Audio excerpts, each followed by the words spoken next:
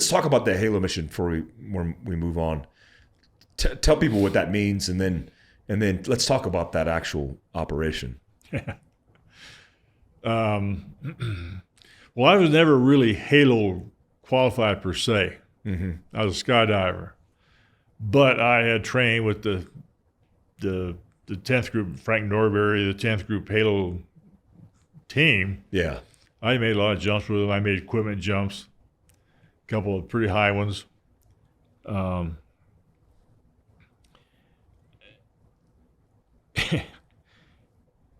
a Delta project had closed down, and those guys were either leaving or coming up. And have you heard of Sammy Hernandez? Mm-hmm. I've heard the name. Yeah. Well, Sammy came up to CCN, and I took him out on his first mission up at CCN, and Sammy was an E7, I was an E6, but that didn't. And we took Lieutenant Wunderlich, Lightning Wunderlich, mm-hmm. and it's kind of an interesting story. We had a mission to ideally get a prisoner, and the area we were in had a lot of karst lava rock formations. Some of them was 100 feet high, looked like stalactites sticking out of the ground in this valley area. And we went in. I can't remember if we went in on ladders or rappelled, but we didn't land. There's always land on top of one of these. And my plan was to sit up there, and the trail was right there. My plan was to sit up there for a couple of days and observe and let things quiet down, and then sneak down and set up an ambush along the trail and see what we could get. Well, we were surrounded in about 5 minutes after the helicopter left. Wow. Yeah.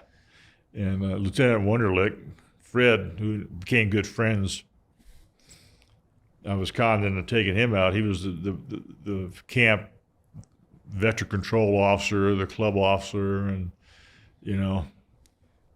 Sergeant Major Hobbs said, "Newman, why don't you take Lieutenant Wunderlich on an operation?" And hell no, I'm not going to do that.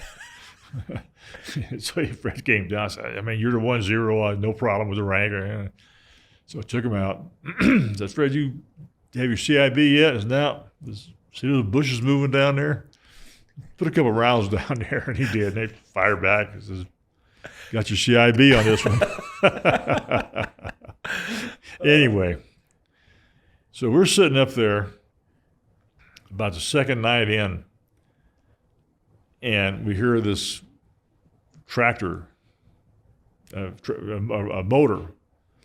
Now be damned, here comes a little road crew filling holes in the Ho Chi Minh Trail, And it's probably an old Russian bulldozer of some kind, and the guy in front with the lantern, the guy in back, and they're yakking. And we look at this. So we watch them and ascertain where they went off. And next day, I called in an airstrike, and we got him. We got a major road crew dump, Road repair crew. Yeah. Felt bad about it. They probably weren't hardcore NVA, but yeah, facilitating the trail. Yeah. So anyway, that's the story. So Sammy and I became good friends, and we were thinking about what else we're going to do. We were kind of wandering around the camp without any real aim in life, and Billy Waugh comes up. "Hey, you two, we're going to put together a Halo mission, and you guys are on it." Billy just came up and just said, "You guys are in so many words." I said, "Billy," I said, I'm a skydiver, man. I ain't no Halo guy." He says, "You're a 1-0. You got a lot of experience. You're on it." Wow. So that's why I got involved in the Halo mission. You weren't even Halo qualified, but you were. And that makes sense. I mean, the agency has free fall stuff. It's like you could jump. You're a jumper. And now, like when I went to free fall school, in years prior, they were allowing this. You could test the school out. Like you could challenge the school. Yeah. And then, you just do the check the block things, combat equipment, O2, wall locker jump, and then get your rotations out, and then you're Halo qualified. Well, we, SOG, there was not a lot of oversight. Yeah. I mean, Which we is had one a of the lot of reasons- autonomy. Yeah. As a 1-0, as a staff sergeant 1-0, You could do anything. I could, if I was on the ground, I was general, Yeah. Yeah. And you had to use that accordingly. You had to use that authority appropriately. Yeah. But anyway, so we got talking, put this thing together, and we took. They brought some guys up from CCS, a couple of riggers, and some mountain yards that were pretty good guys. And we had Sammy, myself, and Billy Wall was going to be involved. And so we started training, and we were making some jumps in and around. We went down to Longton and did some jumping out in Warzone D, and we narrowed it down to a team. It was Sammy, myself, and Melvin Hill, who was the actual 1-0, the team leader. He was the ranking guy. It was, it was kind of an odd. He's black, Sammy's Tex-Mex, and I'm white guy. I was talking white guy. We had 2 Rod A mountain yards, and a Vietnamese guy That were free fall qualified? We trained him. Oh, wow. Yeah. So three in ditch. So there were 6, 3 and 3. Wow. Okay. And we trained him. I mean, these mountain yards, I mean, there's no word in our language for parachute, especially free fall parachuting, But we trained him, took him to 12, and we had Cap 3 timers, checkmate timers. They were a lot better than the F4Bs, big bulky things that the Army was using. Of course, timers are very sophisticated nowadays, but the Cap 3 timer was smaller, and it was rechargeable. You could get 20 or 30 jumps out of the thing.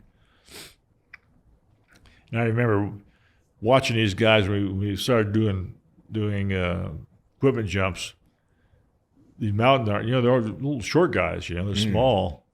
And watching them walk up the ramp of a 130, you could see bunny helmet, backpack, and rucksack, and it looked like penguins, walking up. I used to think, well, look at that. Would they front mount the rucks, or you guys were doing rear mounted rucks? They're called Indige rucks. Smaller frame. Yeah, small, not rigid. And we had Car 15s. Our weapons, of course, were smaller, and we kind of jury rigged everything. We had our T10 canopies modified into 7-gore TU configurations. Wow. Put control handles on them, and so And they're a little more considerable, but not much. Yeah. And anyway, so we had the team going. We had a target, and we had 2 launches scrubbed. One, the weather was just so bad that the pilots said, we're not even going to fly. The other one, it was scrubbed because they intercepted a message from Saigon to Hanoi with our names and coordinates of our drop zone. Wow. That had that message not been intercepted, we wouldn't be talking here today. Wow. Yeah. So we finally made the 3rd one. We got 17,000 feet. And our control launch site actually was at NKP Thailand, Nakhon Phanom, Thailand. And Mike Taylor, who was then a captain, was the guy that signed me in the 10th group earlier when I first reported in the Special Forces. Well, he was the launch officer over at NKP, and didn't know it at the time. And he says he told him that, we made a jump. I was the first guy off the ramp. We were at 17,000 feet. We didn't have bailout bottles. Yeah. And we didn't pre-breathe anything. So at 17 grand, you guys jumped with no O2? We had a console. Yeah. And we're passing it around? Well, what we had hoses from the console, Yeah. but nothing to plug them into. So we're just sucking on the hoses, you know. I mean, adrenaline's pumping, so it wouldn't matter anyway. How dark was it when that ramp went down? I mean, You couldn't see it. Well, one, it was 2 o'clock in the morning. Yeah. And two, it was pouring rain. I went to a rainstorm about 5 seconds off the ramp. So at 17 grand, you guys get out and you guys falling through a rainstorm, in free fall. Yeah. Do you guys use chem lights to track each other or nothing? Complete pitch black. No nods, obviously. Well, I had marking panels. Yeah. That are fluorescent, like lay out a DZ with a marking panel under my bungee cords. That works great in the starlit night, but it didn't work at all in a rainstorm.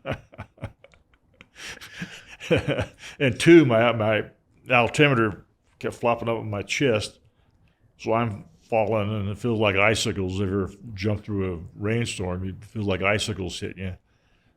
I'm trying to stay stable. We did have little lights on our altimeters.